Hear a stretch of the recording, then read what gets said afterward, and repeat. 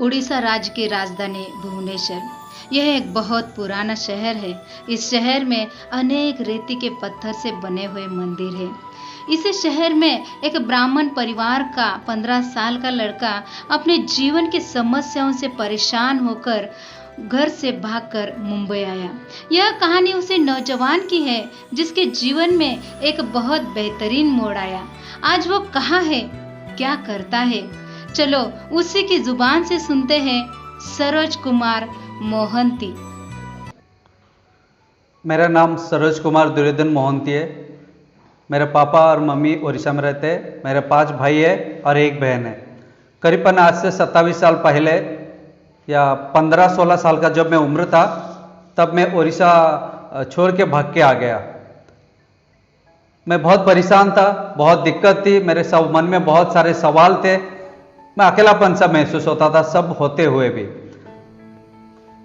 एक बार ट्रेन में बैठा मैं, 3 रात 2 दिन का सफ़र करके, मुझे पता नहीं था कहाँ जा रहे, पर कल्याण में पहुंचा।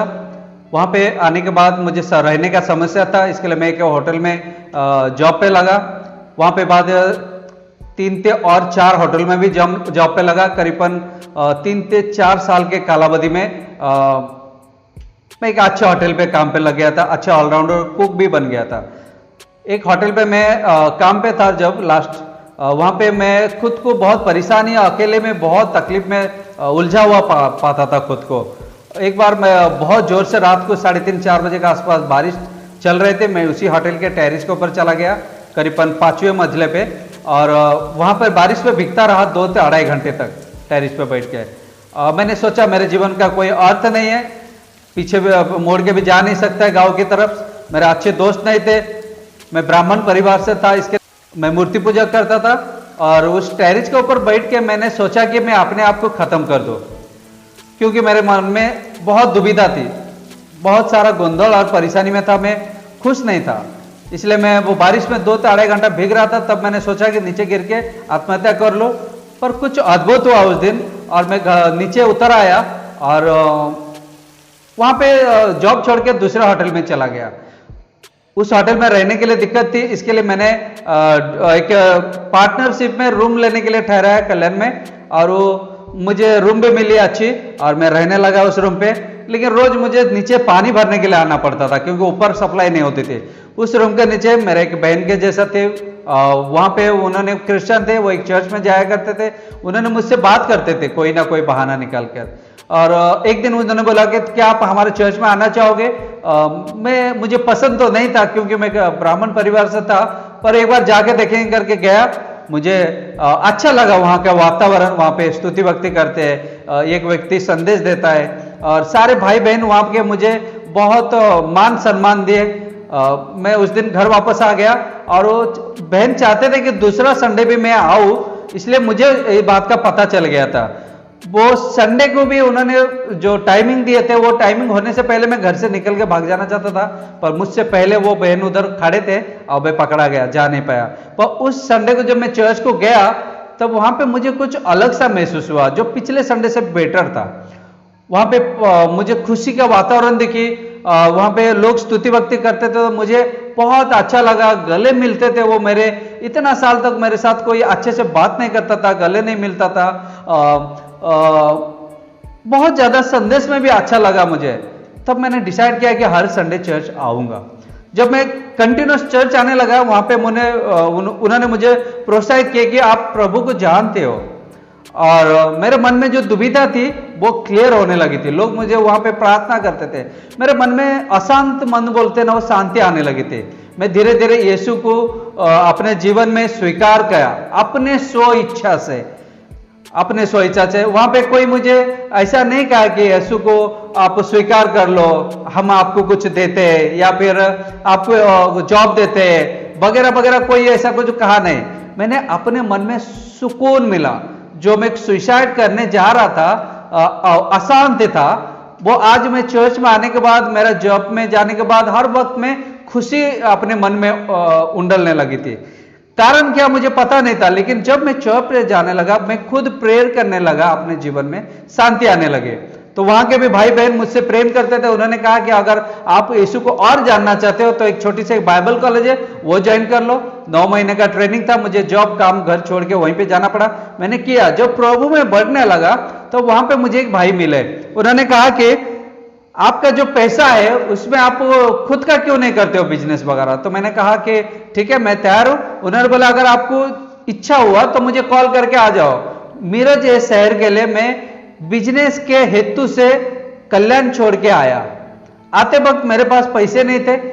मैं जिस कलीसिया मुंबई में जाता था वहां पे एक बहन ने मुझे 120 से 90 का बीच का जो ट्रेन का भाड़ा मुझे उन्होंने अपने जेब से दिया कि तू मीरज जा करके, और आते आते उन्होंने खर्चे के लिए 500 रुपीज दिए थे।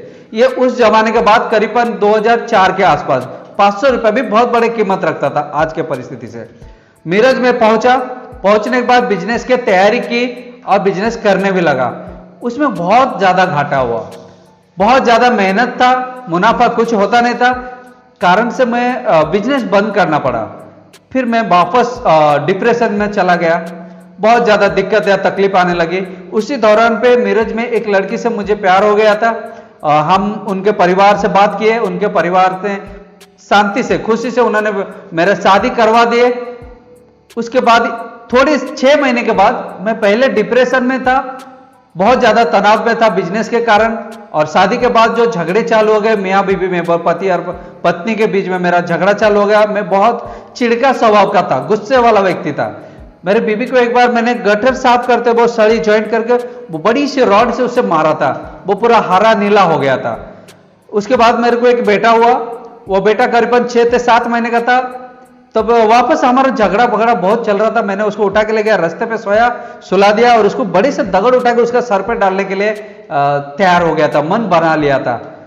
बच गया मेरा बेटे ने। मैं ऐसा कर नहीं पाया, लेकिन करने की कोशिश किया था। उसके बाद धीरे धीरे मैं प्रभु से दूर जाने लगा। चर्च बंद कर दिया आने का।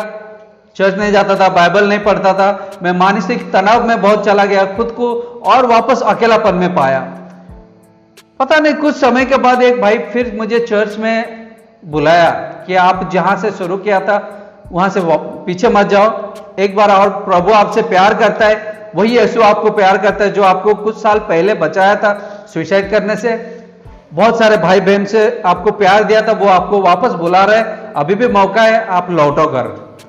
तो मैं चर्च में गया, बाइबल पढ़ा, फिर से अपने आप को फिर से प्रभु को सौंप दिया, प्रार्थना किया कि प्रभु मुझसे जो भूल हुई है वो सब क्षमा करो, अब वापस मुझे शांति चाहिए। मैं अपने आप को शांति भी पाया। और जब ये सब बातें मुझे प्रभु में फिर से मिलने लगे तो मैं जो अधूरा काम छोड़ा था, बिजनेस मेरा फ्लॉप हुआ था मीरज में आने के बाद, उसको नई सिर से शुरू करने के लिए कोशिश किया। प्रभु ने मार्गदर्शन किया। और एक मेरी खुद की आज होटल है जो मीरज आने के लिए मुझे पास 120 रुपए का आसपास टिकट का भाड़ा नहीं था। आज करीबन मेरे पास उस होटल को बांधने के लिए 5 लाख की जरूरत, और मेरा खुद का है आज 5 लाख का, करीबन 5 लाख के आसपास मेरा खुद के होटल है, बिजनेस है। मैं आज दूसरे के पास काम पे नहीं है। कई साल पहले काम छोड़ दिया क्योंकि प्रभु ने मेरे बिजनेस को सक्सेस दिया है। आज मैं बहुत अच्छी तरह से बिजनेस चला रहा है। जिस बीवी को मैं डिवोर्स लेना चाहता था उसे मैं सड़ी से मार के नीला पीला किया था, आज उसके साथ बहुत अच्छे संबंध है मेरा। हम दोनों खुश है। जिस बच्चे को मैं मार डालना चाहता था दगड़ से उठा के, आज वो 12 साल का हो गया है। प्रभु में बहुत तेजी से बढ़ रहा है। और एक लड़की भी उस दरमियान मुझे हुआ था, उसका नाम शिफा मोहंती है। आज वो 6 से 7 साल है। हमारे परिवार में 4 जन है। मैं उड़ीसा छोड़ के भागा था अकेला। प्रभु मुझसे मिला, मुझसे प्रेम किया। आज मैं, अब मेरे परिवार के 4 जन है, मेरा बीवी, मेरा लड़का और मेरे बेटी और मैं, ऐसे 4 जन है। ये जो सफर था, अकेला उड़ीसा से आया था। प्रभु के एक व्यक्ति बहन ने मिली, मुझे प्रभु में बताया, मेरे अपने स्वेच्छा से प्रभु को स्वीकार किया। कुछ बिजनेस स्टार्ट करना है, इसी ख्याल रखते हुए मैं मीरज में आया। मीरज में मेरा शादी होना, बहुत सारा डिस्टर्ब, प्रॉब्लम, धंधे में फेल होना, इस सब बातों से प्रभु से फिर दूर गया। मैं शैतानी बातों में बहक कर दूर गया। फिर प्रभु मुझसे प्यार किया, एक मौका और दिया, फिर मेरे जीवन को बदलने के लिए उसने एक मौका दिया। बाइबल पढ़ा, फिर मैं प्रार्थना किया। ये सब बातों के बीच में मेरा परिवार 2 से 3 हुई, 3 से 4 हुआ। आज मैं खुशी से जी रहा है। लेकिन एक बात और है, ये सब प्रॉब्लम का बीच में सबसे ज्यादा अधिक प्रभु के करीब गया है मैं, वो कोरोना का परिस्थिति में। कोरोना का जो परिस्थिति था, घर में बंद था 2 साल पूरा, 1.5-2 साल। उस समय में मैंने बाइबल पढ़ना पसंद किया और बहुत पागलपन के जैसा बाइबल पढ़ता था। सुबह, दिन, रात, कभी कभी तो सुबह हो जाता पता नहीं चलता था। मेरा बीवी कहता था तुम पागल हो गए, तुमको क्योंकि वो मेडिकल बैकग्राउंड के थे। मेरा बीवी जो स्टाफ नर्स है, वो कहता था कि तुमको कुछ मानसिक बीमारी हो गई शायद। मैं बैठ के बाइबल पढ़ता था, कंटिन्यूअस बाइबल पढ़ता था। जैसे लॉकडाउन खुला, हमारे चर्च में मुझे मौका दिया गया, और क्योंकि मैं प्रभु के बहुत करीब जा चुका था, वो सोच जो नेगेटिव रहते ना, वो मेरे दिमाग से चले गए थे। मेरे स्वभाव में बदलाव आ गए थे। मैं खुद से पहले प्रेम करने लगा था, मेरे आसपास जो लोग थे उनसे भी प्रेम करने लगा था। मतलब मेरा चिड़चिड़ा स्वभाव 95% पार हो गए थे, बहुत कम था। मैं प्रभु को धन्यवाद देता है क्योंकि मेरे जीवन को उसने बदला है। मैं ब्राह्मण परिवार से था, मुझे कोई दबाव या प्रेशर नहीं, सो इच्छा से प्रभु ने मुझे चुना, इसलिए मैं आज प्रभु के राज्य में सुकून का जिंदगी जी रहा है। मेरा कोई एम नहीं था, कोई फ्यूचर नहीं थी, मुझे अंधकार दिख रहा था आगे। आज मेरे सामने मेरा लक्ष्य साफ है।